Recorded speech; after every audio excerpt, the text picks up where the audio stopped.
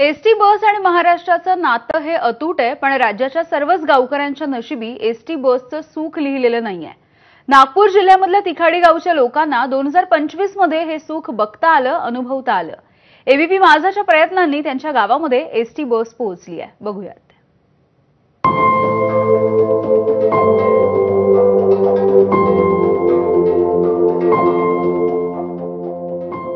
उजाडले पण सूर्य कुठे, असा लोकमान्य टिळकांनी एकदा ब्रिटिशांना सवाल केला होता। स्वातंत्र्याच्या 78 वर्षांनंतरही नागपूर जिल्ह्यातल्या तिखाडी ग्रामस्थांच्या तोंडी हा सवाल कायम होता। पण रक्षाबंधनाच्या पूर्वसंध्येला या प्रश्नाचं उत्तर मिळालं आणि पहिल्यांदा बस पोहोचली। आमच्या गावाला एसटी बस द्या, अशी या उमरेड तालुक्यातल्या तिखाडी गावची अनेक वर्षांपासूनची मागणी होती, पण ती शुक्रवारी पूर्ण झाली। गावात खास आपल्यासाठी बस पोहोचल्याचं पाहून तिथल्या भगिनींना झालेला आनंद त्यांच्या चेहऱ्यावर दिसून येत होता।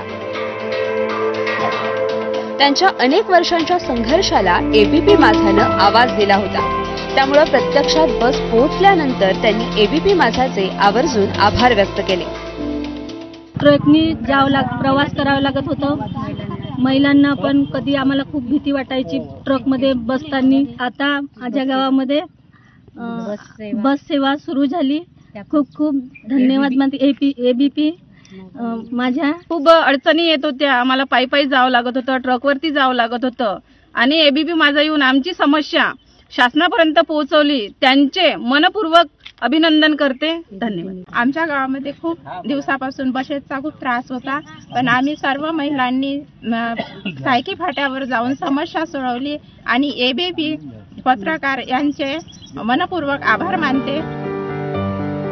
तिखाडी, उमरा, दुधा हे गाव चांपा आणि खापरी या रस्त्याच्या डाव्या आणि उजव्या बाजूला काही अंतरावर वसलेली आहेत। मात्र या गावांमध्ये कधीच बस पोहोचली नव्हती। इथले गावकरी चांपा ते खापरी रस्त्यावर जाऊन बस पकडायचे। रस्ता खराब झाल्यानं दूरवरची बसही बंद पडली। खनिज आणि अवैध मुरुम वाहून नेणाऱ्या वाहनांमुळे रस्त्याची पार वाट लागली होती।